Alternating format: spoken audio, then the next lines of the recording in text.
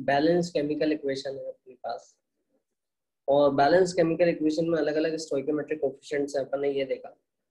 और अलग अलग स्टोइकोमेट्रिक कोफिशिएंट्स के कारण अपन सबका रेट एक जैसा नहीं कर सकते, सबका रेट अलग अलग होगा। तो अपन ने देखा था कि सबका रेट और रेट ऑफ रिएक्शन को इक्वेट करने के लिए अपन ने ये, good morning, welcome to the class.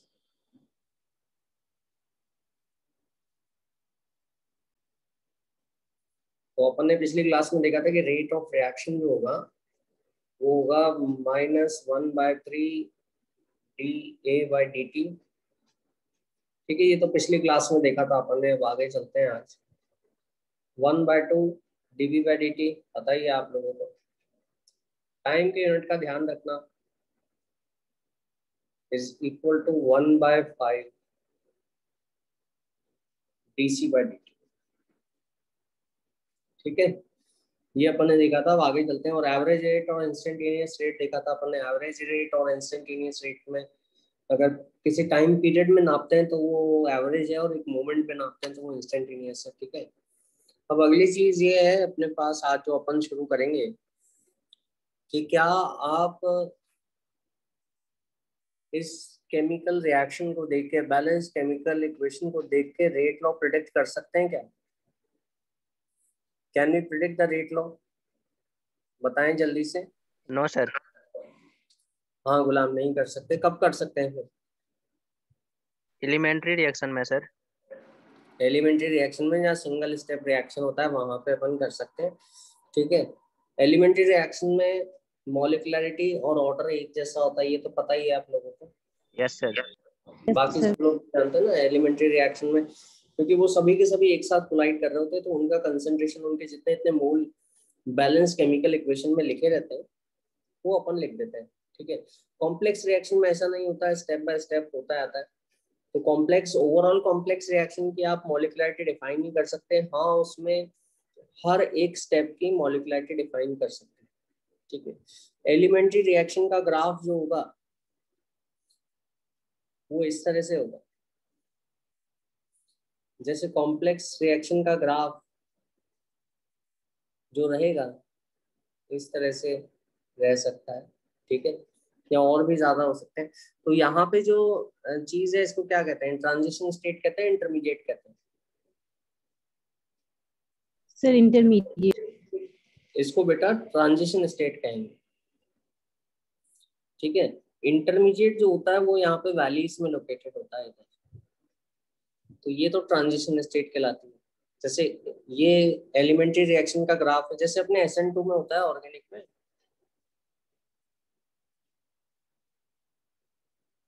ये एलिमेंट्री रिएक्शन का ग्राफ है, ट्रांजिशन स्टेट है।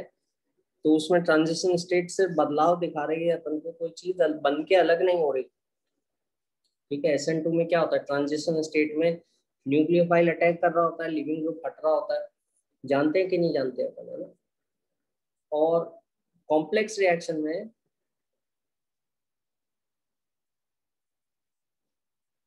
के अंदर यहाँ पे जैसे दो ट्रांजिशन स्टेट है, TS1 TS2, और ये इंटरमीडिएट है I1। जितनी भी वैल्यूज होती है ना, अगर आपको कोई भी ग्राफ दे देता है कि कितने ट्रांजिशन स्टेट है, कितना इंटरमीडिएट्स है, तो आप बता दोगे? जैसे यहाँ पे दो तो इंटरमीडिएट्स हैं ये वाले, और 3 ट्रांजिशन स्टेट्स हैं। समझ में आया कि नहीं आया? Yes sir. हाँ, तो यस सर। एलिमेंट्री रिएक्शन में कोई इंटरमीडिएट नहीं होता, कॉम्प्लेक्स रिएक्शन में होता है। इंटरमीडिएट आधे अधूरे बॉन्ड वाली चीज है जो बनती है बीच में और खत्म हो जाती है। और रेट लॉ तो लिखना आता ही है आपको, है ना, मैकेनिज्म से। उसमें तो आई होप कोई दिक्कत नहीं है, मैं एक दो क्वेश्चंस आपको करा देता हूँ। अच्छा, मॉलिक्युलरिटी हायर देन 3 के रिएक्शंस बहुत रेयर है, क्यों?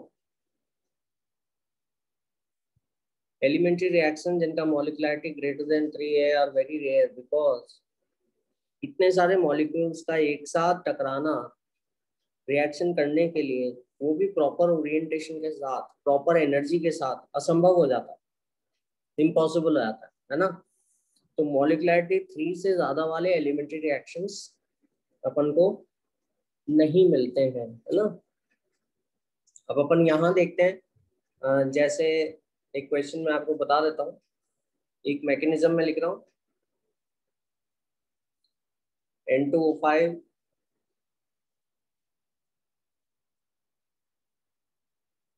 ये तो रिएक्शन है, overall reaction gives 4 NO2 plus O2,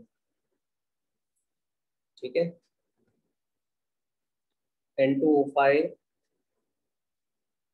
ये मैकेनिज्म लिख रहा हूँ यहाँ पर, N2O5 gives NO2 plus NO3, ठीक है। This is slow step,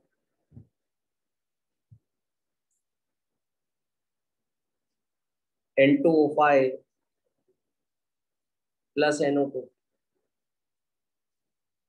gives 3 NO2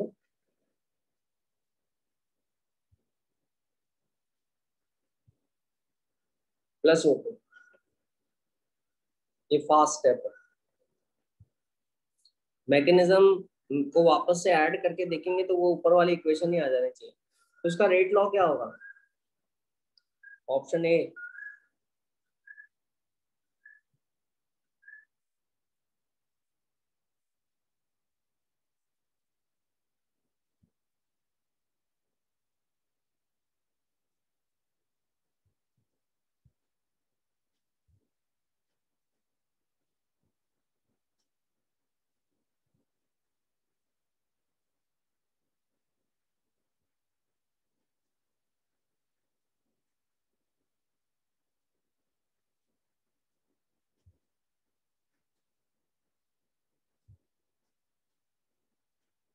क्या आंसर है इसका?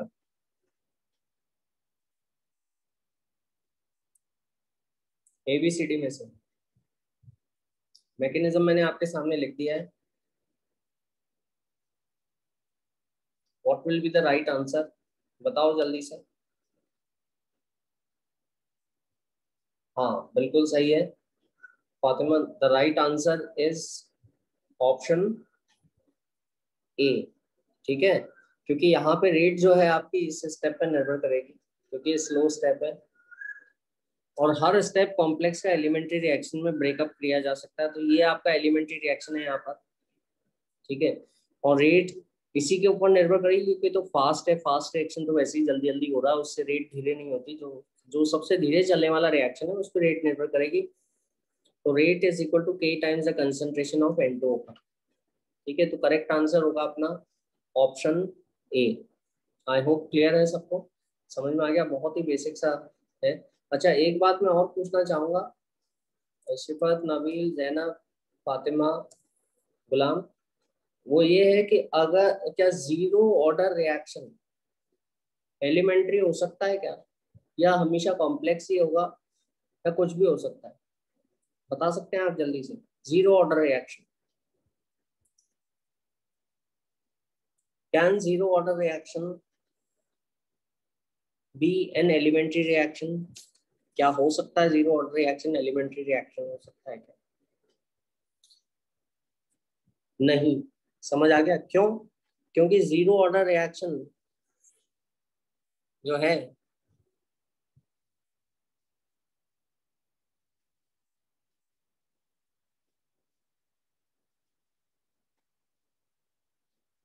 K टाइम्स कॉन्सेंट्रेशन का पावर जीरो है।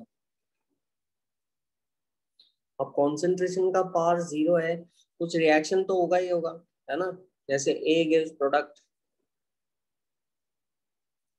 अगर ये जीरो ऑर्डर है तो कॉन्सेंट्रेशन की टर्म अपीयर ही नहीं हो रही है, कॉन्सेंट्रेशन का ए का कॉन्सेंट्रेशन आ ही नहीं रहा है, ठीक है। तो ये जरूर कॉम्प्लेक्स रिएक्शन ही होता है। Zero order reaction is always complex, it is never elementary. अगर एलिमेंट्री होता तो एलिमेंट्री रिएक्शन का रेट लॉ तो अपन देख के लिख देते हैं इक्वेशन से। तो इक्वेशन में तो रिएक्टेंट के मॉलिक्यूल है, तो यहाँ पे रिएक्टेंट का कॉन्सेंट्रेशन भी आना चाहिए था, जो नहीं आ रहा है। समझ में आ गया? तो यहाँ पे अपन को ये ध्यान रखना है कि जीरो ऑर्डर रिएक्शन जो है आपका हमेशा कॉम्प्लेक्स होता है, ठीक है, तो ये कई स्टूडेंट्स पूछते रहते हैं। फिर अपन बात करते हैं इंटीग्रेटेड रेट लॉ। एक तो डिफरेंशियल रेट लॉ होता है, एक इंटीग्रेटेड रेट लॉ होता है। डिफरेंशियल फॉर्म तो आपको ये बताता है, ये डिफरेंशियल रेट लॉ कहलाता है।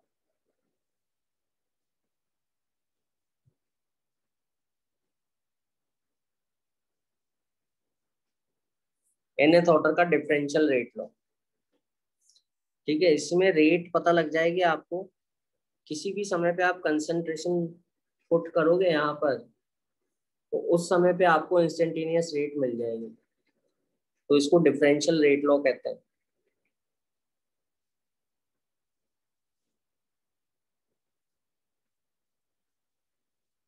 इसी तरह से इंटीग्रेटेड रेट लॉ, इसको इंटीग्रेट करने पे आता है।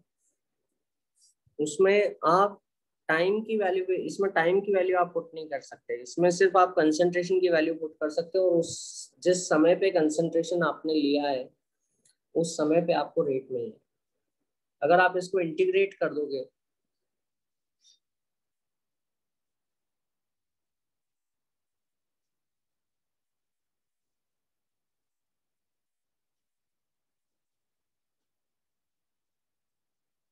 तो इंटीग्रेट करने के बाद आपको, आप टाइम का वैल्यू पुट करो, किस टाइम पे क्या फ्यूचर कॉन्सेंट्रेशन हो जाएगा वो आपको मिल जाएगा। समझ आया इंटीग्रेटेड रेट लॉ। इसका अब इंटीग्रेशन जो है अलग अलग एन के हिसाब से होगा, जो ऑर्डर है जीरो ऑर्डर का अलग होगा। तो जीरो ऑर्डर का तो पता ही है आप लोगों को, जीरो ऑर्डर में कंसंट्रेशन का टर्म जीरो जीरो रहेगा, मतलब पावर जीरो रहेगा, तो केवल के रहेगा राइट हैंड साइड पे। Zero order reaction minus D by D T is equal to k times the concentration to the power 0 is equal to k। अब जब आप इसको इंटीग्रेट करोगे दोनों तरफ ले आके, तो a किसी समय पे कंसंट्रेशन, मतलब किसी टाइम पे concentration of the reactant is equal to initial concentration A not minus K T आ जाएगा। ठीक है, ये तो समझ में आ गया, क्लियर। अब इसके ग्राफ का क्वेश्चन रहता है कि ग्राफ किस तरह से, मतलब ये तो ऐसा ऐसे ऐसे बदल रहा है जैसे कि आपका जो कांस्टेंट स्पीड से कोई व्हीकल ट्रैवल करता है ना, कांस्टेंट स्पीड से, तो ये रिएक्शन भी कांस्टेंट स्पीड से ट्रैवल करता है, कंसंट्रेशन पे निर्भर नहीं करता। तो यहाँ अगर अपन ग्राफ देखेंगे तो ग्राफ, रेट का ग्राफ कैसा होगा, रेट रिएक्शन ये वाला है अपना, A is product, zero order reaction है। ठीक है, तो रेट यहाँ पे कांस्टेंट रहेगी टाइम के साथ, कोई बदलाव नहीं होगा क्योंकि कंसंट्रेशन पे निर्भर ही नहीं करते। समझ आ गया। हाफ लाइफ का फॉर्मूला क्या होगा बता सकते हो क्या, यहाँ पर कितने समय में आधा रह जाएगा ये A not by initial. Two, A not by two क्या? हाँ, ए नॉट बाय टू के होगा। ठीक है, ए नॉट बाय टू के, हाफ लाइफ ये रहेगी। अच्छा, हाफ लाइफ जो है वो इनिशियल कंसंट्रेशन के प्रोपोर्शनल होती है, ये भी ध्यान रखना। अगर आप दुगना मटेरियल लोगे तो आपको रिएक्शन को पूरा होने में दुगना समय लगेगा, है ना, डबल टाइम लगेगा। Half life is proportional to initial concentration. ठीक है, तो यहाँ पे मैं ग्राफ ड्रॉ कर रहा हूँ जीरो ऑर्डर के लिए, टी हाफ, और ये है ए नॉट इनिशियल कॉन्सेंट्रेशन। तो ये ऐसे लीनियर रिलेशनशिप आएगा। इसका स्लोप कितना होगा, मान लो अगर ऐसा ग्राफ दे देते हैं तो स्लोप कितना, स्लोप किसके बराबर होगा। ये है ना, देखो y तो ये है अपना, ये टी x ये हाफ है। बाई ए नॉट हो जाएगा सर। हाँ देखो, ये y है ये x है, तो स्लोप इज इक्वल टू 1/2 के होगा। तो अगर स्लोप दे रखा है ना, तो स्लोप की वैल्यू 1/2 के रख के अपन k निकाल सकते हैं जीरो ऑर्डर रिएक्शन का। समझ में आ गया। ठीक है, एग्जाम्पल जैसे HI का डिकम्पोजिशन गोल्ड की सरफेस पे, अमोनिया का डिकम्पोजिशन मोलिब्डेनम की सरफेस पे N2 और H2 में। एक क्वेश्चन करते हैं जेई मेंस का, 2019 का ही क्वेश्चन है, बड़ा आसान है, जीरो ऑर्डर का ये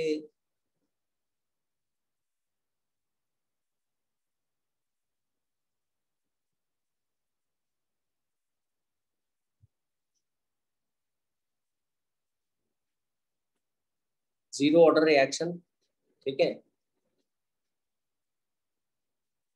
initial concentration of X is equal to 0.2 molar, और हाफ लाइफ जब है, अगर इनिशियल कॉन्सेंट्रेशन 0.2 मोलर है तो हाफ लाइफ है 6 आवर्स। फातिमा लास्ट स्लाइड, बिल्कुल 1 सेकेंड चलते। हाँ, समझ में आ गया जीरो ऑर्डर का? बेटा कोई डाउट तो नहीं है? ओके, नहीं सर। ओके, आगे चलते हैं। ठीक है फातिमा, नोट कर लिया बेटा? ओके।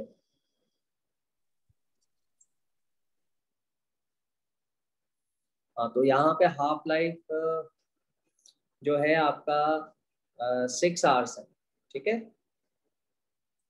2019 का क्वेश्चन है जेई मेंस का, ठीक है। अब जब when the initial concentration of x, ये दूसरी कंडीशन दे रखी है,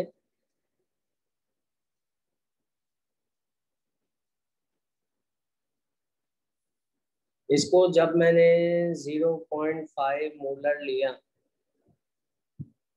ठीक है, the time required to reach the final concentration of 0.2 molar will B,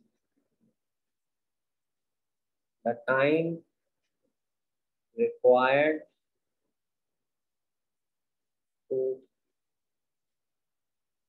reach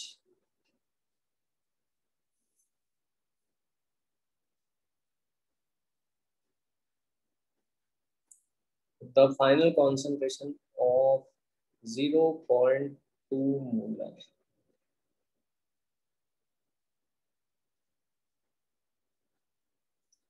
इसमें ऑप्शंस मैं दे देता हूँ आपको। 18 घंटे 18 आवर्स, 7.2 आवर्स, ठीक है, 9 आवर्स, 12 आवर्स। जेई मेंस का 2019 का क्वेश्चन।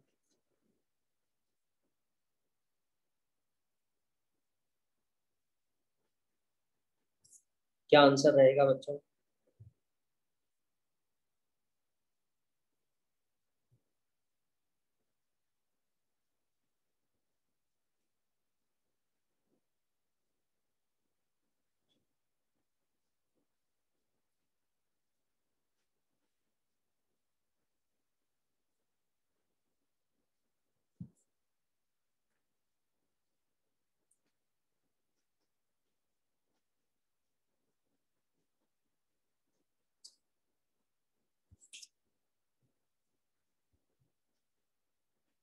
आया आंसर?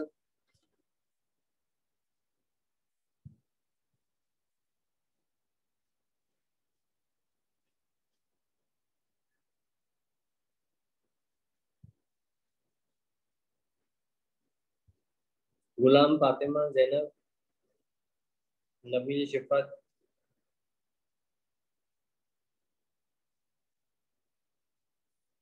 हाँ गुलाम, वेरी गुड। और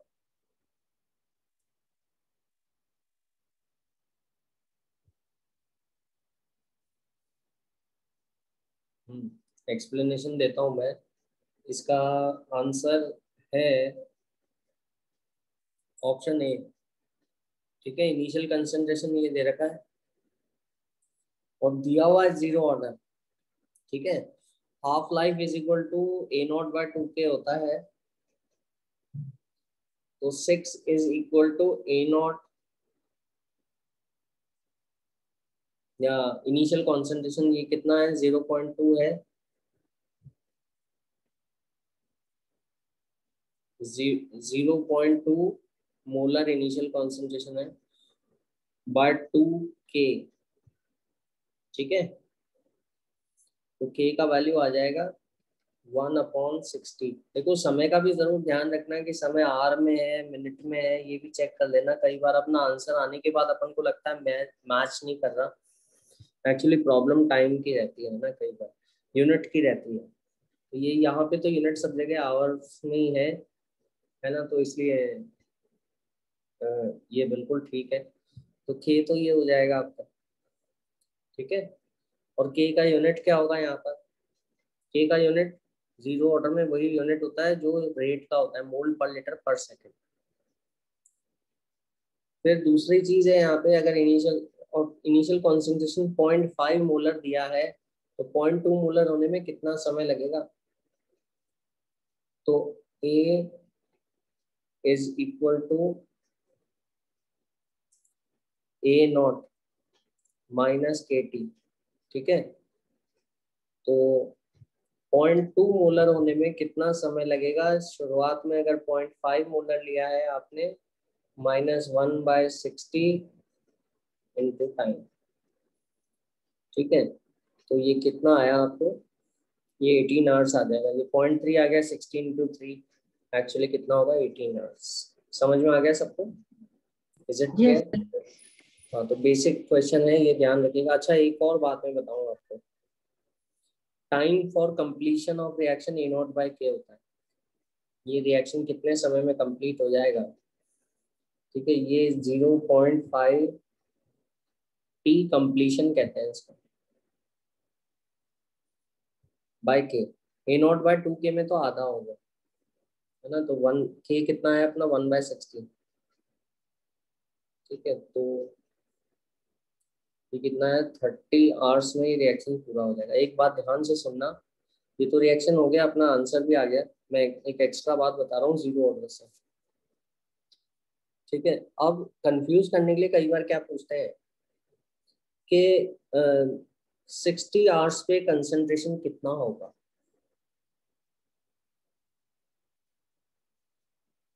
60 आवर्स पे ए का कंसंट्रेशन क्या होगा, समझ आया। अब जैसे ही आप 60 डालोगे तो फिर वो नेगेटिव आंसर आता है कॉन्सेंट्रेशन, तो ये गलत हो जाता है अपना आंसर, है ना, कि नेगेटिव कॉन्सेंट्रेशन तो हो नहीं सकता। एक्चुअली आप ये भी चेक कर लो कि जो समय का इंटरवल दिया गया है वो आंसर जीरो होगा, है ना, जीरो आंसर ही होता है।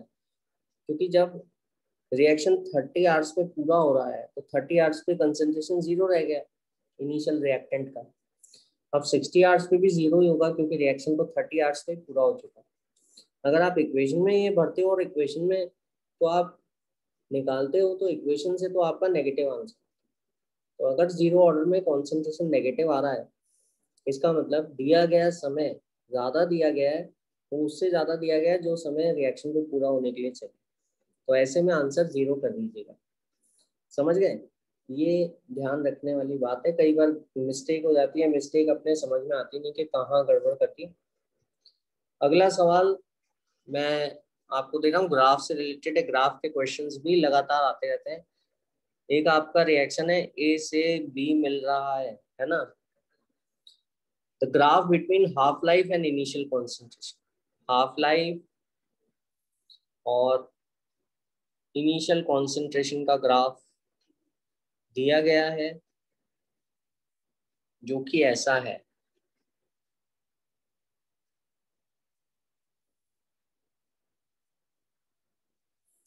ठीक है, इस तरह का ग्राफ है, ठीक है।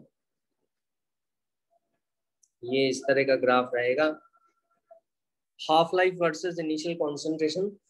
और पूछा क्या गया है, पूछा आपसे ये गया है कि -dA/dt वर्सेस टाइम का ग्राफ कितना होगा।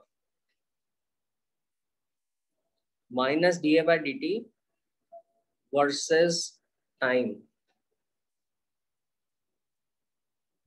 ग्राफ कितना रहेगा, ठीक है, ये बताना है। इसमें ऑप्शन ए दे रखा है,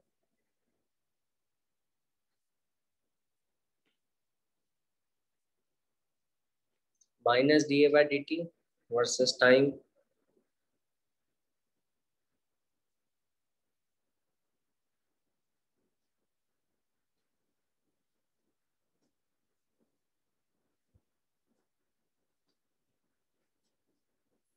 ये y एक्सिस -dA/dt है और ये x एक्सिस टाइम है, तो मैं बार बार नहीं लिख रहा, है ना।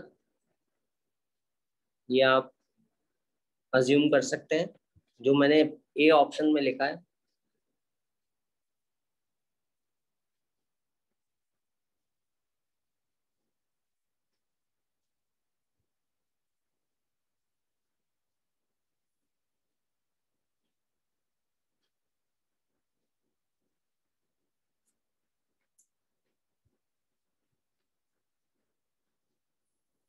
हाँ फातिमा बेटा क्या आंसर है? हाँ ठीक है, बिल्कुल सही, वेरी गुड। गुलाम आंसर आया? जैनब नबील आंसर आया?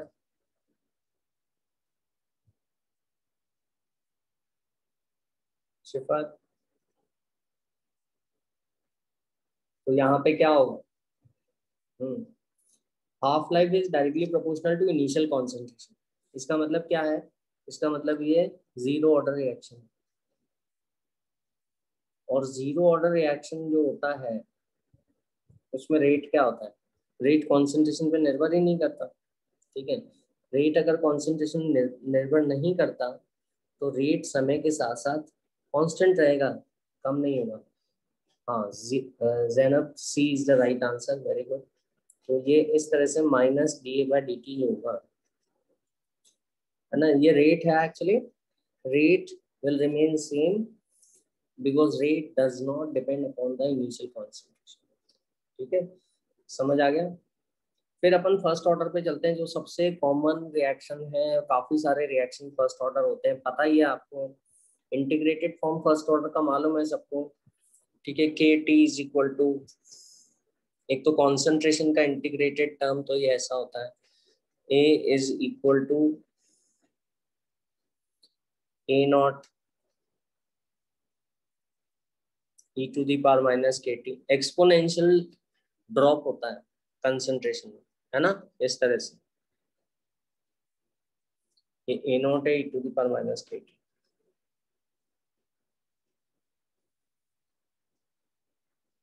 कॉन्सेंट्रेशन का फंक्शन ऐसा होगा, लॉगरिथमिक जो वैल्यू है इसकी वो ऐसी रहेगी, ये आपको पता ही है, K T is equal to L N A naught upon A. ठीक है,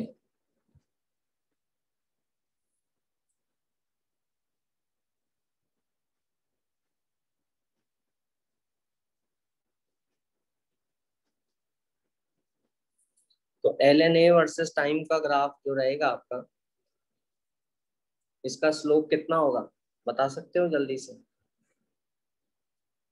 L N A versus time का graph, L N A versus time का ग्राफ कैसा होगा? L N A is equal to,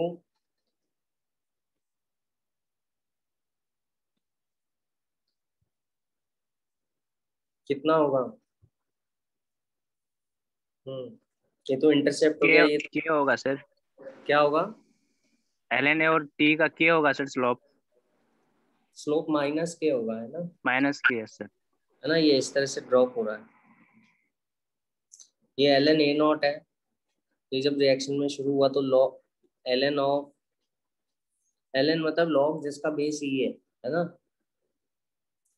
और फिर ये स्ट्रेट लाइन है, और ये गिरता जा रहा है नीचे, है ना, क्योंकि कॉन्सेंट्रेशन कम होता जा रहा है, तो स्लोप नेगेटिव स्लोप होगा। Slope is equal to minus K रहेगा, समझ आ गया? और अगर इसको log टू द बेस 10 में बदल दें तो 2.303 से मल्टीप्लाई करना है, तो log a log of concentration is equal to log of initial concentration to the base 10। log का मतलब 10 का बेस है, माइनस के bye 2.303।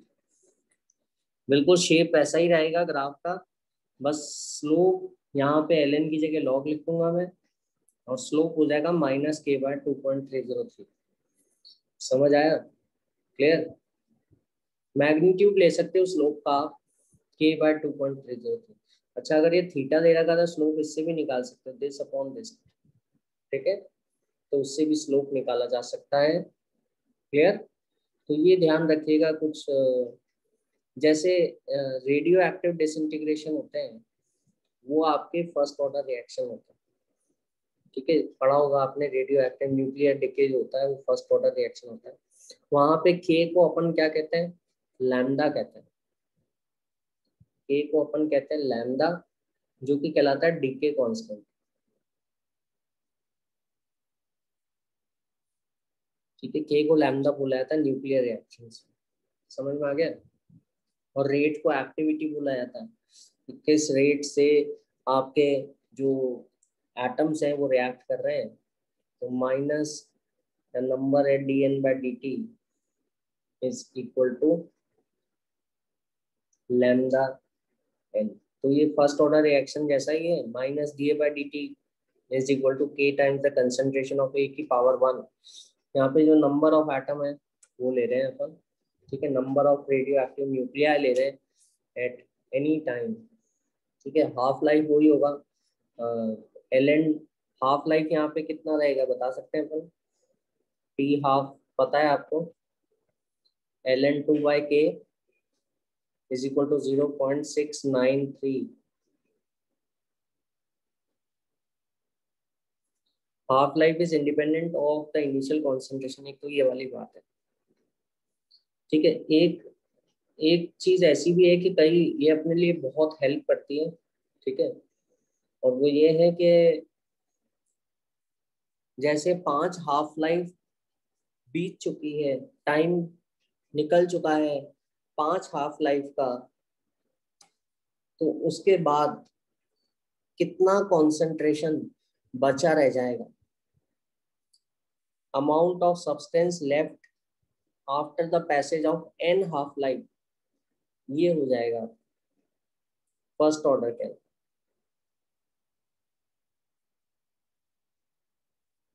Amount of concentration left after the passage of n half life. कैसे हुआ ये फॉर्मूला, बड़ा आसान है।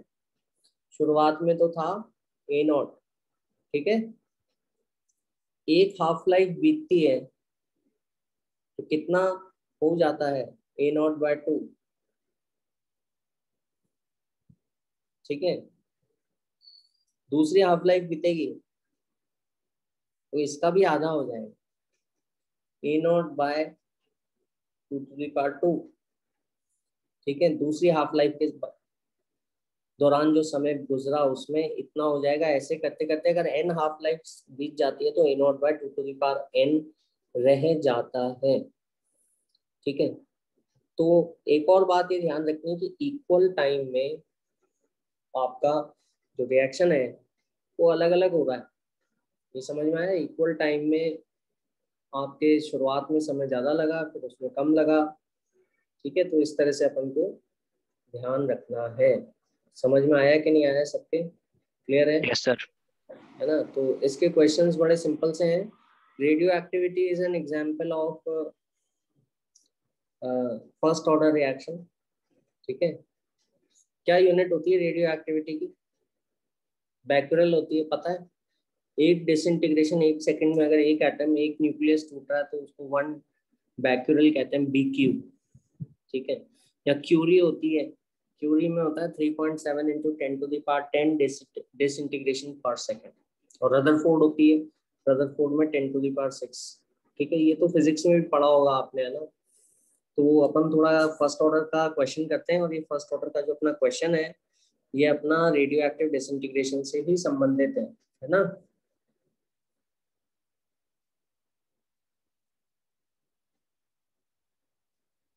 1 मिलीग्राम रेडियम लिया,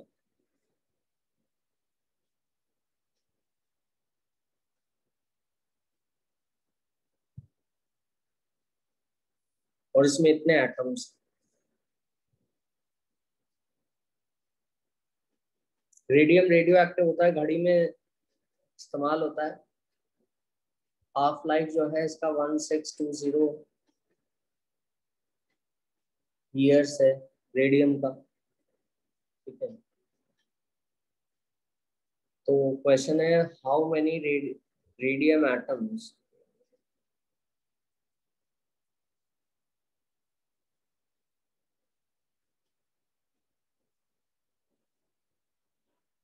वन mg ऑफ, इसमें इतने ये इनिशियल है ना,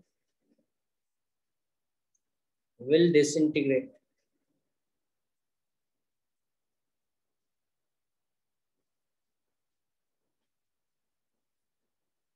from 1 milligram of radium in 3240 years।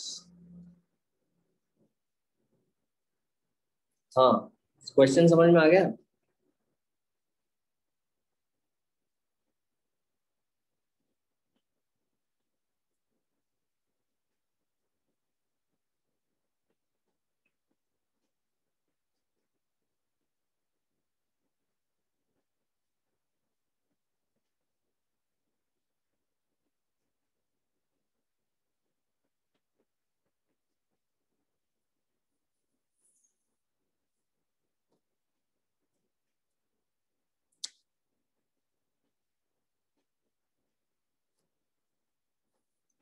हाँ, 1 मिलीग्राम रेडियम में इतने एटम होते हैं।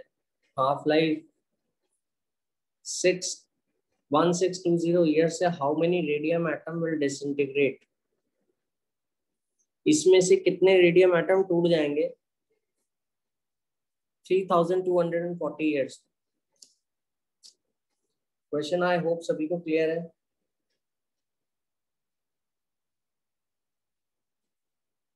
और जल्दी से कीजिए इसको।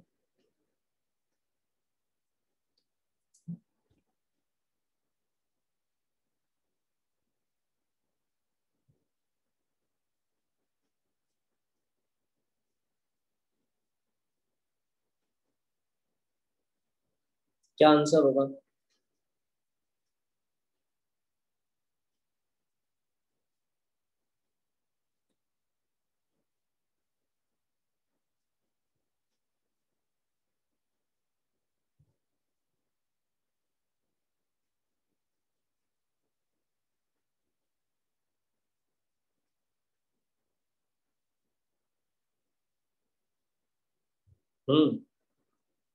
कर रहे हो कि नहीं कर रहे?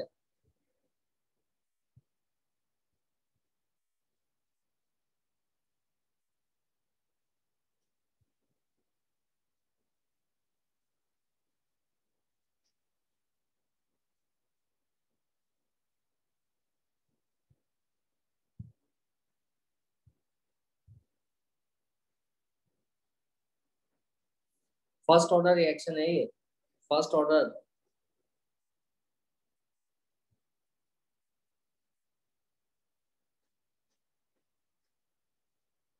कितना आंसर आ रहा है? फातिमा आया बेटा?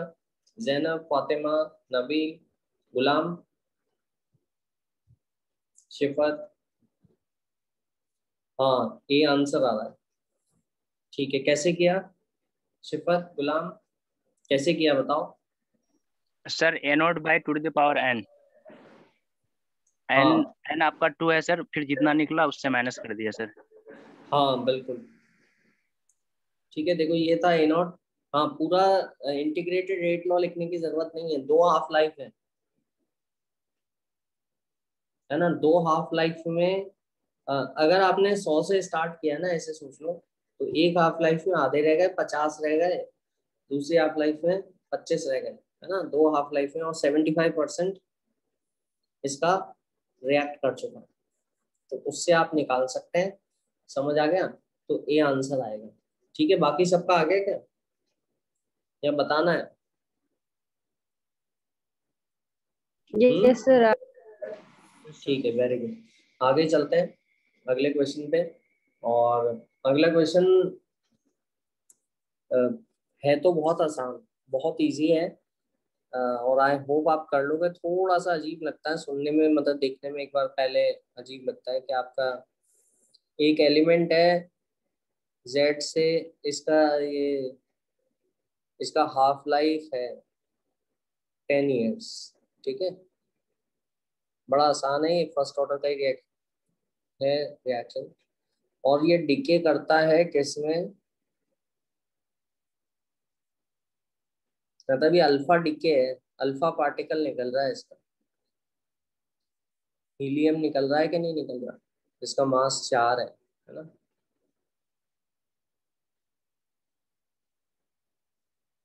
साथ में कुछ और भी निकल रहा होगा, है ना। तो ये हीलियम धीरे धीरे इलेक्ट्रॉन लेके गैस बन जाए, तो धीरे धीरे हीलियम अक्यूमुलेट हो जाएगा। इस कारण से हीलियम अपन को यूरेनियम के ओर के साथ देखने को मिलता है ना। क्यों? क्योंकि यूरेनियम का ओर धीरे धीरे टूटता रहता है, अल्फा डिके होता रहता है, और ये जो अल्फा पार्टिकल है हीलियम का न्यूक्लियस, ये वो धीरे धीरे हीलियम गैस बन जाता है। ठीक है, हाफ लाइफ 10 दिन है। 1 ग्राम एक्स लिया है अपन ने, और इसको is kept in a sealed vessel, kept in a sealed vessel.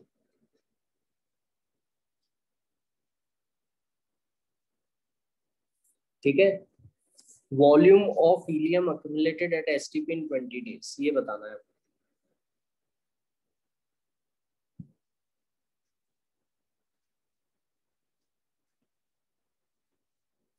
Volume of He accumulated at STP 20 days, कितना होगा ये? ठीक है, ऑप्शंस मैं आपको दे रहा हूँ।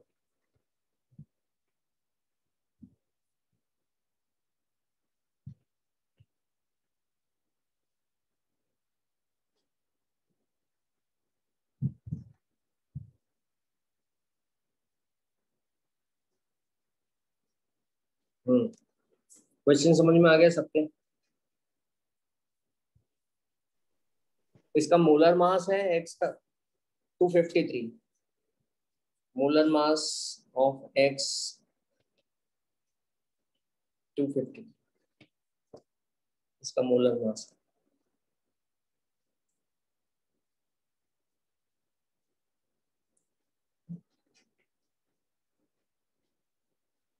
चार ऑप्शंस है।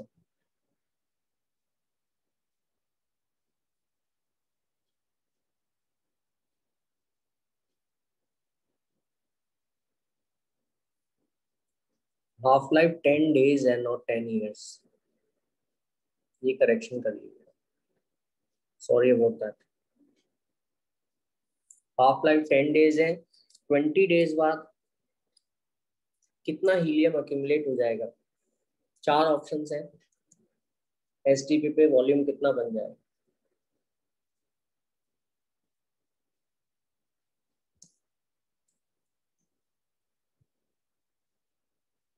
Question I hope it is clear to all of you.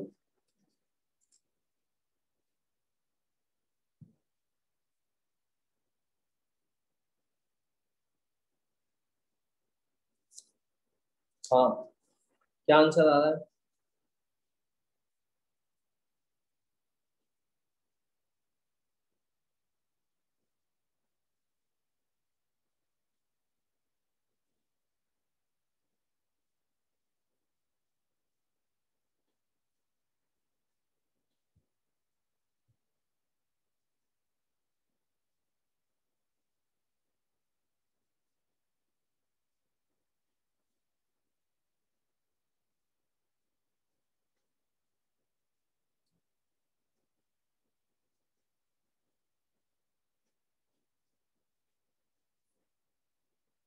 कितना आंसर आ रहा है? किसी का आया?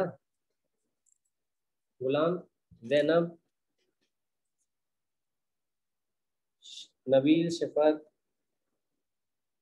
Fatima, how much you are getting?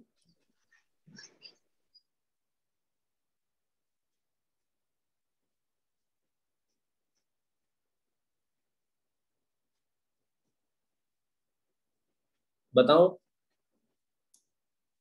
देखिए यहाँ पर 1 ग्राम लिया है ना, इसके कुछ मोल्स हैं। ठीक है, कितने मोल डिकम्पोज? 1/253 मोल है, जाहिर सी बात है। ठीक है, मोल में ही रहने देते हैं। अगर एवोगैड्रो नंबर से मल्टीप्लाई कर दोगे, Na/253 होंगे। एटम्स लिए हैं आपने, और ये टूटता जा रहा है। हर एक एटम जो ब्रेक होता है उसमें एक हीलियम बनता है। ठीक है, आपने कितना हाफ लाइफ लिया? 2 हाफ लाइफ लिया, क्योंकि आपने 20 डेज लिया है। तो 2, अगर आपने x से स्टार्ट किया तो x/2 हो गया, और x/4 हो गया। 2 हाफ लाइफ के बाद बचा कितना? 3/4x बच गया। रिएक्ट हो गया, मतलब फॉर्म हो गया, बचा कितना 1/4 एक्स बचा है ना, आधा हुआ, आधे का आधा हुआ, तो x/4 तो बचा ओरिजिनल मटेरियल। और कितना कन्वर्ट हो चुका है, 3/3 रिएक्ट कर चुका है, तो इतने मोल आपके हीलियम के बन जाएंगे। समझ आया, इतने मोल बन जाएंगे क्योंकि इतना रिएक्ट कर चुका है, 3/4 रिएक्ट कर चुका है, 75% रिएक्ट कर चुका है। तो जो रिएक्ट कर चुका है, जो एक मोल रिएक्ट करता है तो एक हीलियम बनता है, 75 मोल रिएक्ट परसेंटेज ऑफ जो इनिशियल मोल लिया उसके 75% रिएक्ट कर चुका है ना, 3/4 रिएक्ट कर चुका है, तो इतने मोल हीलियम के बन जाएंगे, है ना। समझ में आया कि नहीं आया? अब इतने मोल बन जाएंगे, अब इसको आप मल्टीप्लाई कर दो उससे 22.4 लीटर से, तो वॉल्यूम आ जाएगा। कितना आ रहा है, आया किसी का आंसर?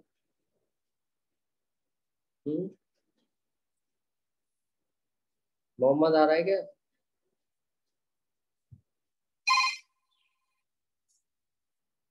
आया कि नहीं आया आंसर? गुलाम,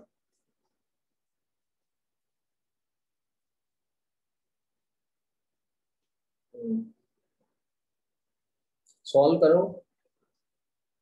ओके, देखो यहाँ पे कितना आया, 0.75 आया, ये तो 0.7, ये समझ में आ गया आप लोगों के? या आपके कितने मोल लिए एक्स के? 1/253, क्योंकि इसका मोलर मास 253, ठीक है। और 3/4 रिएक्ट कर चुके हैं, तो 0.75, तो जितना रिएक्ट करा उतना ही हीलियम बना, 253/253, इतने मोल हीलियम के बन गए, ठीक है। और एक यस सर, मोल आ का गया सर, डी डी आ रहा है हाँ, सर। क्या आंसर आ रहा है? डी आ रहा है सर, इसको कैलकुलेट करने के बाद। हाँ, डी आ रहा है, 66.4 इंटू 22.4 करो आप, ठीक है। डी आंसर आ जाएगा। कैलकुलेशन में थोड़ा सा डिफिकल्ट है, मतलब एकदम से नहीं होगा। इसको तुम ऐसा कर सकते हो, 250 ले लो आप, या तो थोड़ा सा देख, गड़बड़ हो सकती है, लेकिन 250 लेके देखो इसको, ये कट जाएगा ना, पूरा कैंसिल हो जाएगा। 25 3 जा, और 25 1 0, 3 0 इधर आ गए ना, 253 को 250 ले लिया मैंने, है ना, वो 2 0 इधर से आ गए नीचे, ठीक है। और ये लीटर है तो गड़बड़ आ रहा है थोड़ा सा। तो ये 3 आ रहा है ना, हाँ नहीं जी सर, ठीक आ रहा 3 है, आएगा ये। हाँ सही आएगा, सही आएगा। 25 3 जा 70, मैंने 25 2 जा लिख दिया था, हाँ 25 3 जा 75 हुआ। इसको मैंने क्या राउंड ऑफ करके 250 ले लिया, 1000 आ गया, और ये 1000 ml में बदल रहा हूँ, तो 1000 1000 तो वैसे ही कट गया, और ये 66.8 के करीब आ रहा है, थोड़ा सा कम होगा क्योंकि मैंने ये नीचे डिनोमिनेटर को छोटा कर दिया, तो ये आंसर है। तो अप्रोक्सीमेशन करके बिना डायरेक्ट लिख सकते हैं अपन, है ना। जी सर। ट्रिक समझ में आ गई ना किस तरह से करना है? Yes, sir. हाँ, ध्यान रखिएगा आप लोग।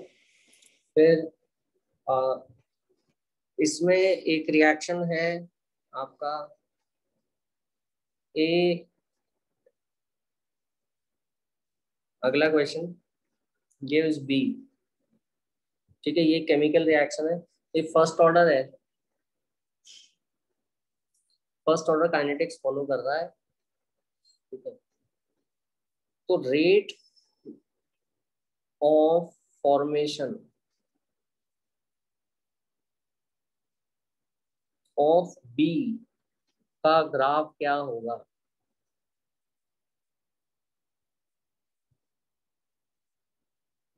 Rate of formation of B against time.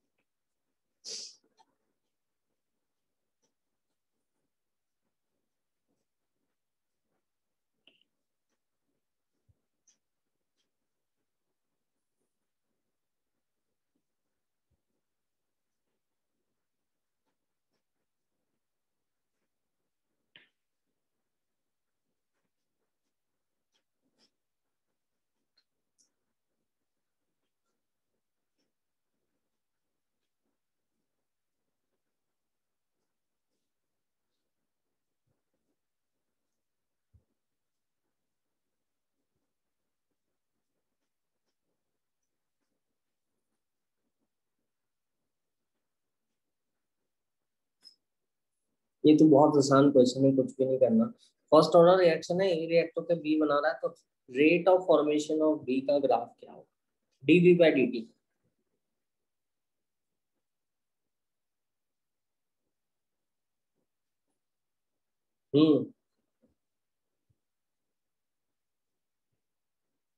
बताओ।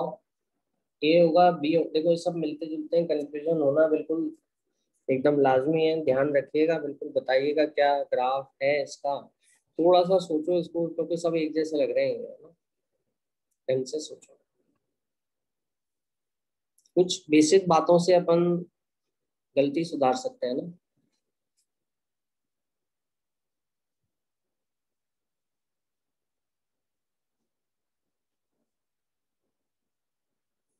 देखिए ए में जो ग्राफ है ना वो क्या है, ये बढ़ता जा रहा है। बी के बनने का रेट, ये बी के बनने का रेट पूछा है मैंने आपसे, है ना। और बी के बनने का जो रेट है वो बढ़ता हुआ दिख रहा है अपन को, है ना। अब फर्स्ट ऑर्डर में, हाँ, बी के बनने का रेट वही होगा जो, हाँ, वेरी गुड गुलाम, आंसर होगा सी, सिफर।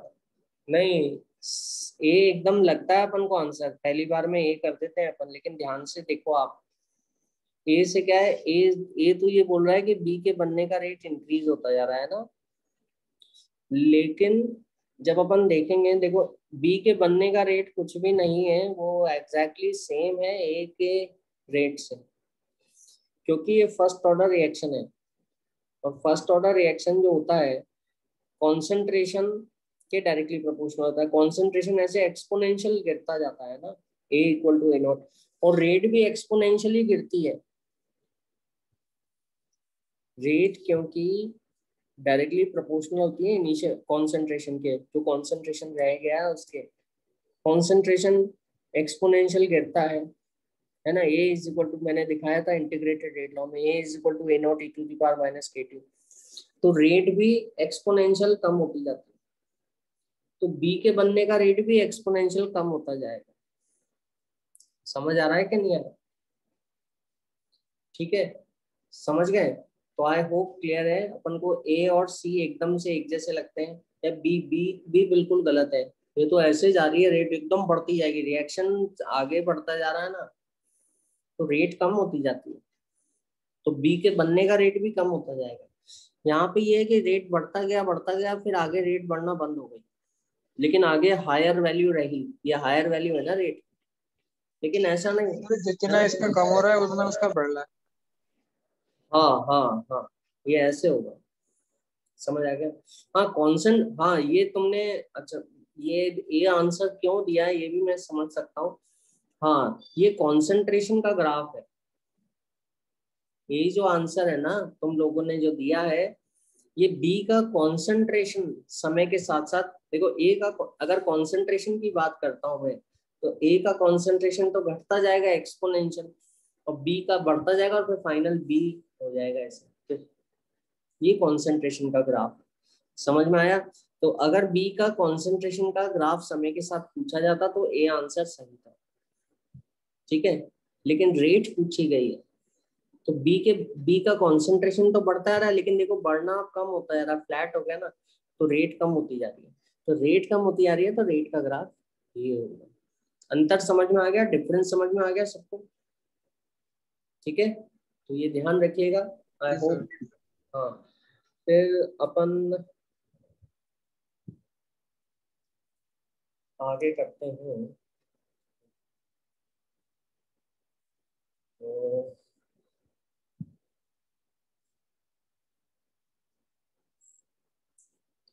Next question, 60% of a first order reaction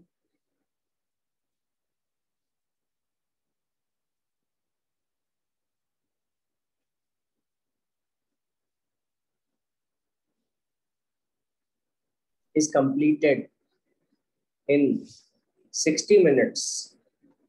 60 minute में 60% कंप्लीट हो गया, तो 50% पूरा होने में कितना समय लगेगा?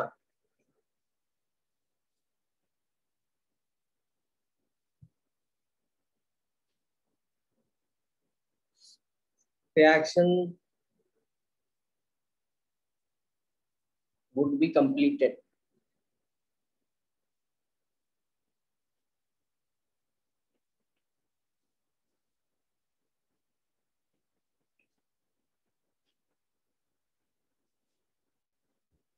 देखो वैल्यू दे रखी है, log 4 की वैल्यू दे रखी है 0.6, log 5 की वैल्यू दे रखी है, log 5 की वैल्यू दे रखी है 0.69, जिसको आप है ना 0.7 मान सकते हो। ठीक है, तो ऑप्शन है 40 minute, 50 minute, 45 minute, 60 minute.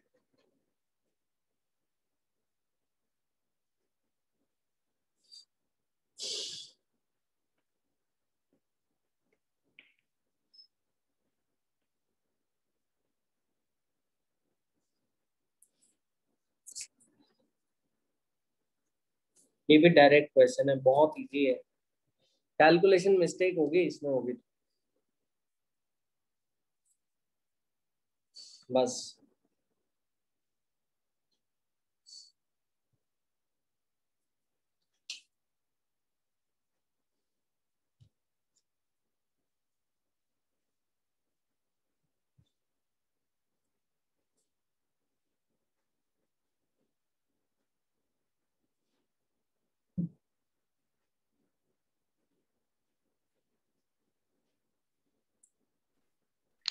Sir log 3 का वैल्यू कितना? log 3 आएगा ही नहीं।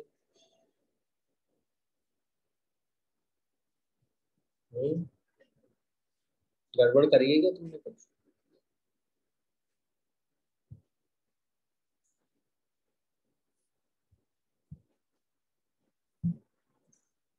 आ रहा होता तो दिया होता सवाल में।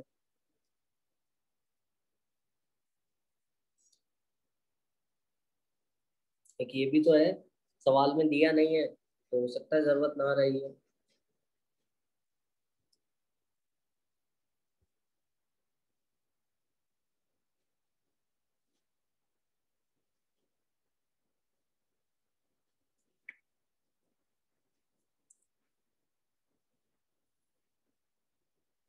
हाँ शिपत, वेरी गुड, आंसर आ रहा है 45 मिनट्स।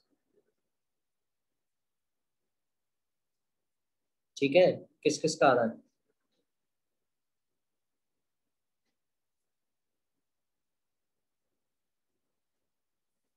जैनब, ठीक है, वेरी गुड। हाँ, log 3 का वैल्यू 0.4771 होता है, लेकिन यहाँ चाहिए नहीं, नहीं तो दिया होता सवाल। देखो K T is equal to L N, initial concentration ले लिया 100, 60% कंप्लीट हो गया ना, तो इनिशियल अपॉन बचा हुआ 40 बचा है, एक तो ये ध्यान रखना है ना। ठीक है, और ये कितना आया, log 5 माइनस log 2।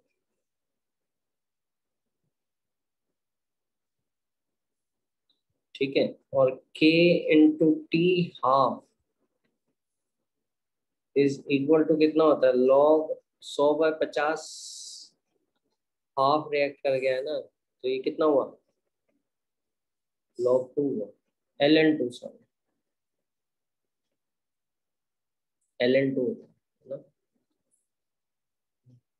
और यहाँ पे जो मेरा समय है ये 60 है ना, यहाँ पे टी हाफ है, दोनों को डिवाइड कर दूंगा मैं, के से के कैंसिल हो गया, 60 अपॉन टी हाफ, 60/टी हाफ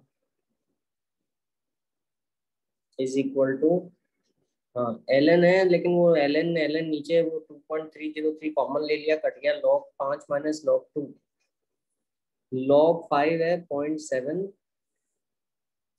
माइनस log 2 होता है ये log 4/2 होगा, है ना, क्योंकि ये log 2 की वैल्यू भी निकालोगे 2 log 2.3 0.3 होता है log 2, है ना, और यहाँ पे log 2.3। ठीक है, तो ये कितना आया 4/3 आया, तो t half is equal to 4/3 into, गड़बड़ कर दी सब कुछ, 4 है ना, कहाँ पे गड़बड़ करिए, नहीं 2 log 2 होगा, ये log 4 है ना यहाँ पे, log, हाँ ठीक है ठीक है ठीक है, ये गड़बड़ पकड़ में आ गई। यहाँ पे log 5 माइनस log 4 है 0.6, और ये है log 2, ठीक है, तो 0.1 होगा, 0.7 माइनस 0.6, 0.1/0.3 सर हाँ, कहाँ गड़बड़ हो गया, सर चेक log करो, 5 माइनस log 2 तो होगा। एक मिनट रुको, मेरे को चेक करना था, हाँ सही कह रहे हो, 10/4 है ना, तो 2 बाय हाँ मैंने कुछ गड़बड़ कर दी लिखने में, जाएगा। हाँ, कुछ गलत किया है जरूर, छोटा छोटा सा कुछ खिचड़ी पड़ गई एक्चुअली, वापस से सही करना था। इसलिए साफ साफ लिखना भी बहुत जरूरी है, समझ आया बात। एक तो ये K T half is equal to L N 2 होता है ना 0.693 ये तो पता ही है अपन को, और के इंटू 60 मिनट, ठीक है, is equal to 60% of the first order reaction is completed, log 100 100/50 100 upon 50 कर देंगे, 50 कर देंगे, 100 कितना बाय 100/, 40। बचा हुआ जो रिमेनिंग होता है वो लिखोगे आप, 60 नहीं लिखोगे, समझ आ गया, जी ठीक है सर। जो रिमेनिंग होता है, ठीक है, तो ये कितना है log 10/4, तो log 5 माइनस log 2 आया है, तो ठीक है ना, जी सर। दोनों को डिवाइड कर दो आप, ठीक है, यहाँ पे मैं इसको log 2 ही लिख देता हूँ, कैंसिल हो जाएगा वो तो, 2.303 तो कैंसिल हो जाएगा अपना, है ना, तो t हाफ बाय 60, ठीक है, इज इक्वल टू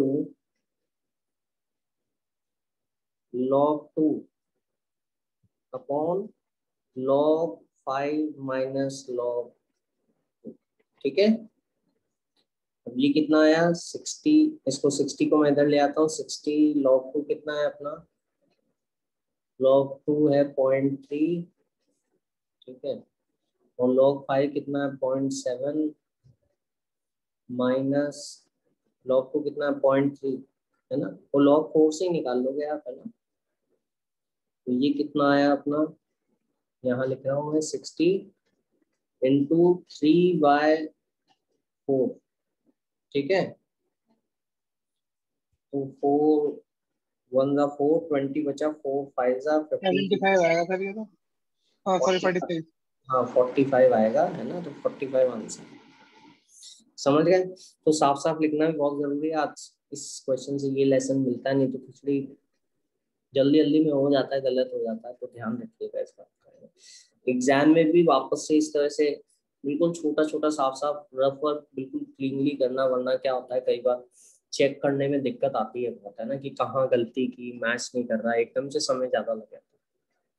ठीक है, अब एक और प्रेशर का सवाल करते हैं अपन, फिर आगे चलते हैं, ये भी काफी गड़बड़ हो जाती है इसमें ना, तो आई होप कर लोगे आप लोग सभी, ठीक है, कंसेप्ट तो क्लियर है, तो रिएक्शन है अपना, ए गैस गिव्स 3 B गैस के मॉलिक्यूल्स दे रहा है ना, पूरा गैसीय स्टेट में होने वाला रिएक्शन है,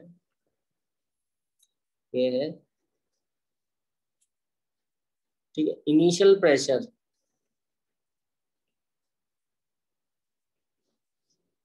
200 mmHg है, ठीक है। और आफ्टर टाइम टी,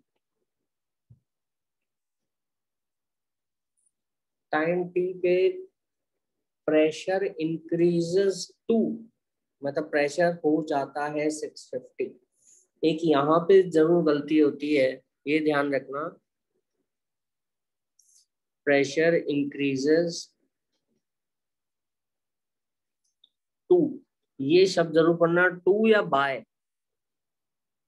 बाय तो मतलब इतना बड़ा, इससे बड़ा, इतनी वैल्यू से बड़ा, या टू मतलब इतना हो गया, ये गड़बड़ होती है। Pressure increases to 650 mmHg, time T के बाद सिस्टम का प्रेशर बढ़ जाएगा और कितना हो जाएगा, 650 हो जाएगा, है ना। तो टाइम टी की वैल्यू निकालनी है आपको, फाइंड टाइम टी, ठीक है, मिनट्स में।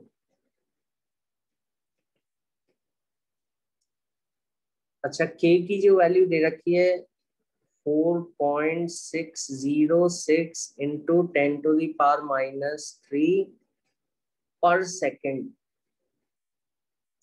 और log 2 की वैल्यू जो दे रखी है वो 0.3। ये क्वेश्चन में डेटा गिवन है क्वेश्चन के साथ साथ, है ना। तो अपन इसमें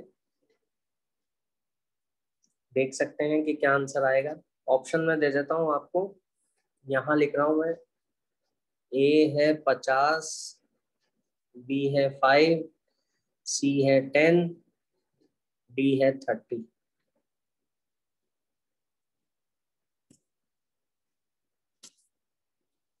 क्या आंसर आएगा?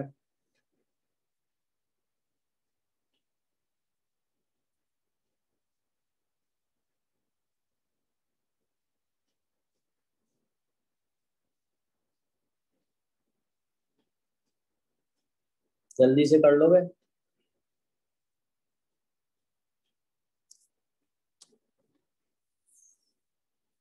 यूनिट्स का ध्यान रखना और साफ साफ लिखना, रफ वर्क में भी।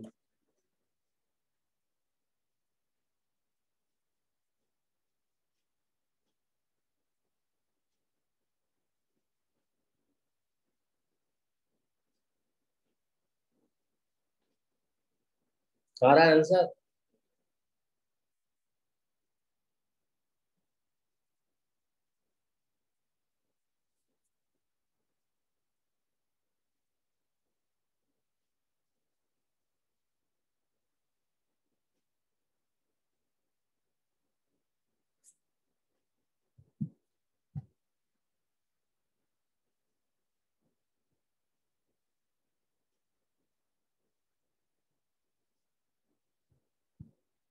कितना आया?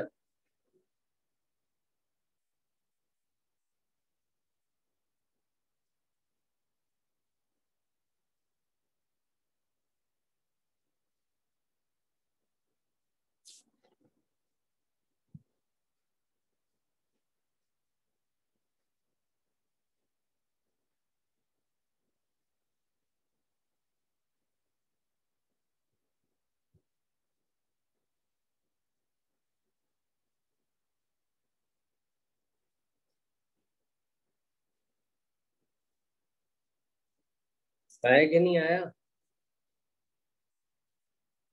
नबील कितना आ रहा है? जैनब, शिफत कितना आ रहा है बच्चों?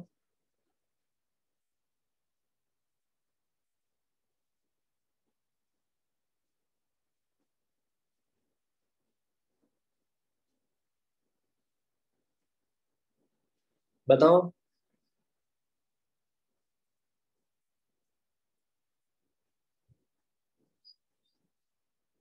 Pressure is proportional to number of moles, ये तो अपनी इक्वेशन है। तो इनिशियल मोल ए जो है वो प्रोपोर्शनल है किसके? 200 mmHg के, 200 mmHg के, ठीक है। ए माइनस एक्स लिया अपन ने, ये 3x और ये x बने इसके, अगर x रिएक्ट हुए तो टोटल प्रेशर जो हो गया टाइम t पर जो मोल्स हो गए a प्लस 3x हो गए, और मोल्स क्योंकि प्रेशर के प्रोपोर्शनल है तो मैं डायरेक्ट प्रोपोर्शनलिटी के हिसाब से इसको 650 लिख रहा हूँ।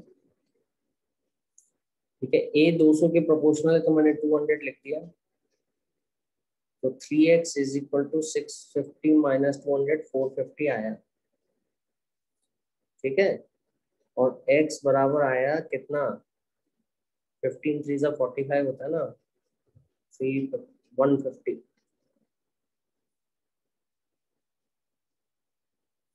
ये x का वैल्यू आया।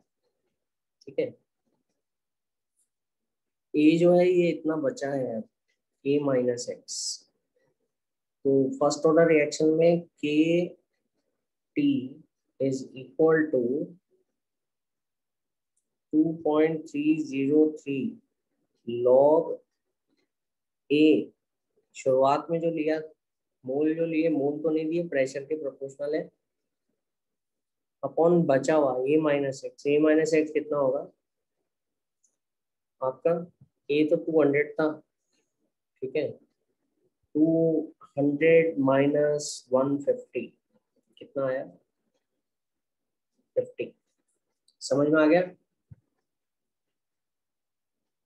तो ये कितना हो गया 4। ठीक है, और ये कितना हो गया 2 log 2, तो 4.606 log 2, इसको 0.3 लिख देता हूं मैं, इसको काट रहा हूँ, log 2 0.3 है। अच्छा, k की वैल्यू भी बड़ी अच्छी दे रखी है, 4.606 इंटू 10 की पावर माइनस 3 टाइम। ठीक है, टाइम जो आया है ये तो कैंसिल आउट हो गया, जो टाइम अपना आया है ये आ रहा है कितना, ये 10 की पावर 3 उधर चला गया राइट हैंड साइड पे, माइनस 3 से 3 हो गया, तो ये हो गया 300। ठीक है, अब ये 300 आया सेकंड में, क्योंकि यहाँ पे पर सेकंड दे रखी है यूनिट। अब इसको किस में बदलोगे, मिनट्स में, 60 से डिवाइड करो 5 तो मिनट्स आ गया। हाँ 5 मिनट्स आ गया। हो गया सबका आंसर, किस किस का आ रहा था आंसर बताओ जल्दी से। सर आया तो नहीं था मगर अब आया। हाँ, लेकिन ध्यान रखना, एक तो पता है क्या होता है, कई बार मेट से भी हो जाता है ना, टाइम में फंस जाते हैं अपन कि 300 तो आंसर कहीं है ही नहीं, 330 है या कुछ है, तो टाइम का अपन क्या है, क्योंकि कैलकुलेशन में ध्यान रहता है ना, तो यूनिट नहीं देखते अपन, तो यूनिट का जरूर ध्यान रखना है, क्योंकि मिनट में पूछा है जबकि यहाँ सब सेकंड में चलता है। काइनेटिक्स का सबसे अच्छा बात है कि यूनिट का ध्यान रखना आप लोग, तो काफी आसान हो जाती है, कई बार दिक्कत अपनी नहीं रहती। ठीक है, अब एक और बात मैं बताना चाहूंगा सेकंड ऑर्डर रिएक्शन के बारे में। ठीक है, सेकंड ऑर्डर रिएक्शन में minus D A by D T है ना, ये थोड़ी सी बात ही करेंगे अपने से, कंसंट्रेशन के स्क्वायर के प्रोपोर्शनल होता है रेट, है ना, और इंटीग्रेटेड रेट लो ऐसे आएगा।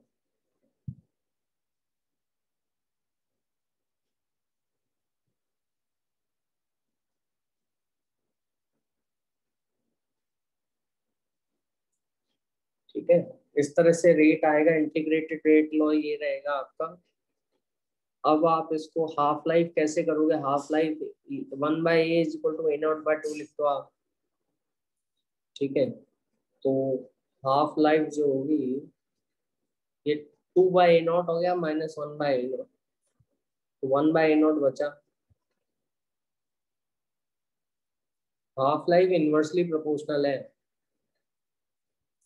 इनिशियल के, इसका मतलब जैसे जैनब और गुलाम ने रिएक्शन स्टार्ट किया है ना, जैनब ने लिए 5 मोल, है ना, गुलाम ने लिए 50 मोल, है ना, शुरुआत में एक ही रिएक्शन चालू किया, अलग अलग दोनों, एक ने 5 मोल से स्टार्ट किया, एक ने 50 मोल से स्टार्ट किया।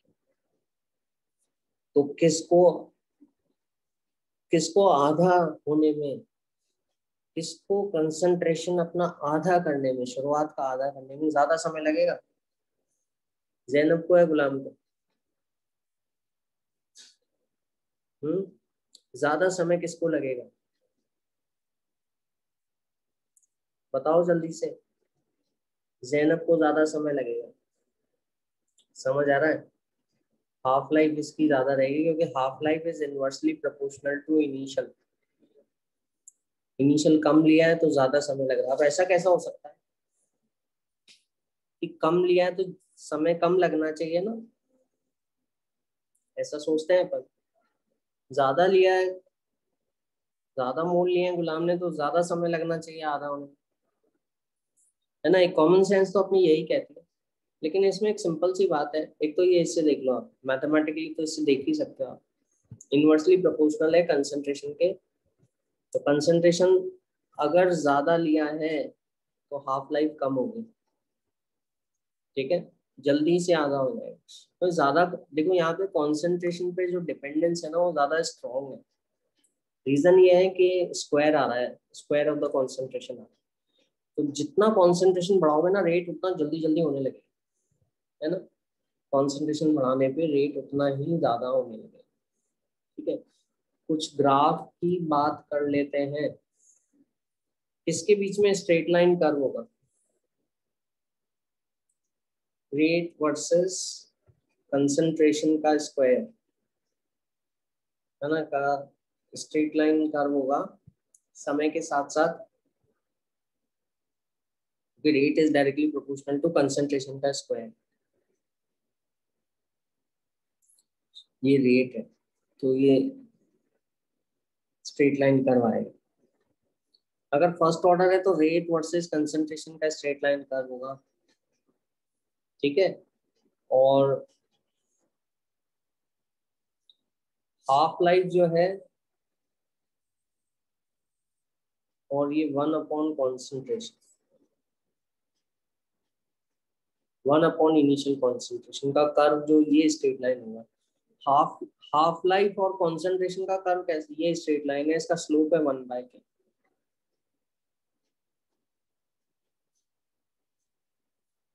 क्योंकि ये स्लोप हो गया, y हो गया, ये y इज इक्वल टू, और ये x ये ले रहा हूँ मैं 1/a0, y is equal to mx, ठीक है। लेकिन अगर मैं पूछता हूँ कि हाफ लाइफ और कंसंट्रेशन का कर्व कैसा होगा, बता सकते हो? कौन बताएगा, जल्दी से बताओ।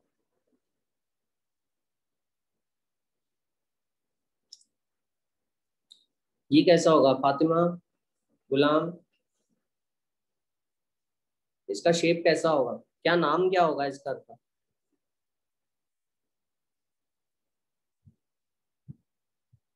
Hyperbola sir. हाँ ये हाइपरबोला होगा, ठीक है, हाइपरबोला, रेक्टेंगुलर हाइपरबोला, ठीक है, वेरी गुड, समझ गए। तो ये थोड़ा बहुत ध्यान रखना है, कर्व के बारे में तो पता ही है आप लोगों को, ठीक है। फिर pseudo first order reaction reaction हो जाता है, पता है। इन्वर्जन ऑफ केन शुगर किसको कहते हैं, बताओगे? Inversion of cane sugar pseudo first order reaction है, पता है ना? इन्वर्जन ऑफ केन शुगर मालूम है कि नहीं है? कार्बोहाइड्रेट में क्या होता है, कौन बताएगा? अरे बोलो, गुलाम बताओ।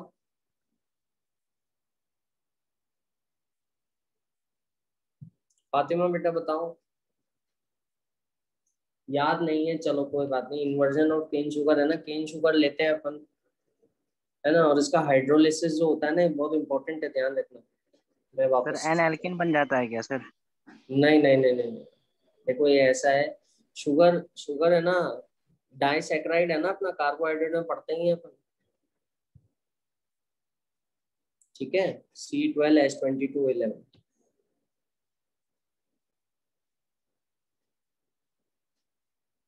ये तो डाइसैकेराइड में पढ़ते ही हैं अपन, है ना। इसको जब पानी डालोगे ना तो और एसिड कैटलिस्ट होता है, ये कैटलिस्ट लोगे तो ये अपने दो मॉलिक्यूल में बिखर जाएगा, हाइड्रोलिसिस हो जाएगा। दोनों का फॉर्मूला एक जैसा है, C6H12O6 और C6H12O6, दोनों का फॉर्मूला तो एक जैसा है, लेकिन ये दोनों अलग अलग कंपाउंड है। एक तो है ग्लूकोज और दूसरा है फ्रक्टोज। ग्लूकोज और फ्रक्टोज में क्या अंतर होता है? हाँ बताओ जल्दी से।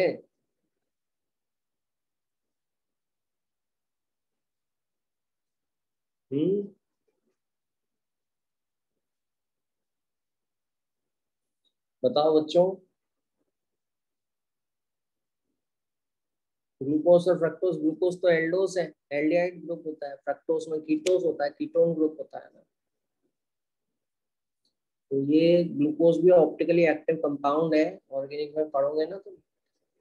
तो सुक्रोज का हाइड्रोलिसिस हुआ, चाहे सुक्रोज का ऑप्टिकली एक्टिव है, ऑप्टिकल रोटेशन जो होता है ये 66.5 डिग्री है, क्लॉकवाइज है, डेक्स्ट्रो रोटेटरी है। वो ऑर्डर डिफरेंट होता है ना इन दोनों का? हाँ, ऑर्डर में भी डिफरेंस होता है इन दोनों के? इन दोनों के, हाँ इन दोनों में एल्डिहाइड, एक तो वो एल्डोस है, ग्लूकोज तो C डबल बॉन्ड OH है। यहाँ पे 2 नंबर पे C डबल बॉन्ड होता है, कीटोन है ना। साइक्लिक स्ट्रक्चर भी अलग अलग होंगे, है ना। ग्लूकोज और फ्रक्टोज दोनों मोनोसेक्राइड ही हैं। ठीक है, अब जब आप इसका हाइड्रोलिसिस करोगे ना तो ये डाइसेक्राइड है जो ग्लूकोज और फ्रक्टोज से बनता है, सुक्रोज। जो अपना घर में चीनी इस्तेमाल करते हैं अपन, वो है ये। इसका हाइड्रोलिसिस कर दोगे, एसिड कैटालाइज हाइड्रोलिसिस होता है, ग्लूकोज फ्रक्टोज बनेगा। अच्छा, जो प्रोडक्ट होगा ना उसका 52.5 ग्लूकोज का ऑप्टिकल रोटेशन है, क्लॉकवाइज है, डेक्स्ट्रो रोटेटरी है। और ये जो फ्रक्टोज है ना, ये लेवो रोटेटरी है, और इसका जो माइनस का वैल्यू है वो ज्यादा है। तो जो मिक्सचर बनेगा ना वो ओवरऑल, क्योंकि डेक्स्ट्रो तो क्लॉकवाइज घुमाएगा, प्लेन पोलराइज लाइट को ये एंटी क्लॉक घुमाएगा, लेकिन ज्यादा घुमाएगा ना। पूरा जो मिक्सचर है वो एंटी क्लॉकवाइज रोटेट करने वाला होता है। समझ आया कि नहीं आया? तो वो, अच्छा शुरुआत में जो था वो डेक्स्ट्रो रोटेट था, क्लॉकवाइज रोटेट करने वाला था। अब चक्कर क्या है यहाँ पे अपना, कि जैसे हाइड्रोलिसिस हुआ, इसको अपन उसमें करते हैं। ये एक्सपेरिमेंट मैंने बहुत टाइम पहले किया था IIT के अंदर, है ना, फर्स्ट ईयर में मेरे। तो वहाँ पे ऐसा पोलैरीमीटर होता है, उसमें दोनों तरफ कांच लगा रहता है, उसमें उसमें करते हैं, और लाइट पास होती रहती है उसमें, प्लेन पोलर लाइट। तो उसका साइन ऑफ रोटेशन जो होता है ना वो घूम जाता है। शुरू में डेक्स्ट्रो रोटेटरी है, बाद में लेवो हो जाता है इस कारण से। तो ये एक्चुअली इसको कहते हैं इन्वर्जन ऑफ केन शुगर है, इन्वर्ट हो गई ना ऑप्टिकल रोटेशन। असल में ये हाइड्रोलिसिस रिएक्शन है। ये एक्चुअल में तो सेकेंड ऑर्डर रिएक्शन है, ठीक है, इस पे और इस पे निर्भर करेगा, लेकिन और वाटर के कंसंट्रेशन पे। लेकिन इसको अपन ये सब बहुत ज्यादा एक्सेस में रहते हैं तो रेट केवल इसके प्रोपोर्शनल आता है, क्योंकि उनके कंसंट्रेशन में कोई बदलाव नजर नहीं आता। तो ये एक्चुअली वाटर बहुत ज्यादा रहेगा, H+ कैटलिस्ट है। तो ये ऐसा दिखेगा अपन को कि एज इफ मानो ये फर्स्ट ऑर्डर है ना, तो सूडो फर्स्ट ऑर्डर है, क्योंकि rate is equal to K time concentration of A into concentration of B। इसको बहुत ज्यादा चाहिए तो इसमें बदलाव दिखेगा नहीं, ये कांस्टेंट है, ये कांस्टेंट, ये कांस्टेंट। एक नया कांस्टेंट से मिला दो आप इन दोनों को थोड़े समय के लिए ना, तो रेट ऐसा लगता है कि जैसे फर्स्ट ऑर्डर ये एक जने के हिसाब से ही चेंज हो रहा है। तो सूडो फर्स्ट ऑर्डर रिएक्शन है, ये ध्यान रखना, क्योंकि कई सवाल, जरूरी नहीं है कि हर सवाल न्यूमेरिकल आए, कुछ सवाल जानकारी पे भी बेस्ड आते हैं। इंफॉर्मेशन आपके पास होनी चाहिए, और ये बहुत इंपॉर्टेंट है। इसके हाइड्रोलिसिस को इन्वर्जन कहा जाता है, क्योंकि ऑप्टिकल रोटेशन का डायरेक्शन डेक्स्ट्रो से लेवो हो जाता है, क्योंकि प्रोडक्ट में जो फ्रक्टोज है वो एंटी क्लॉकवाइज घुमाएगा। आई होप समझ में आ गया सबके।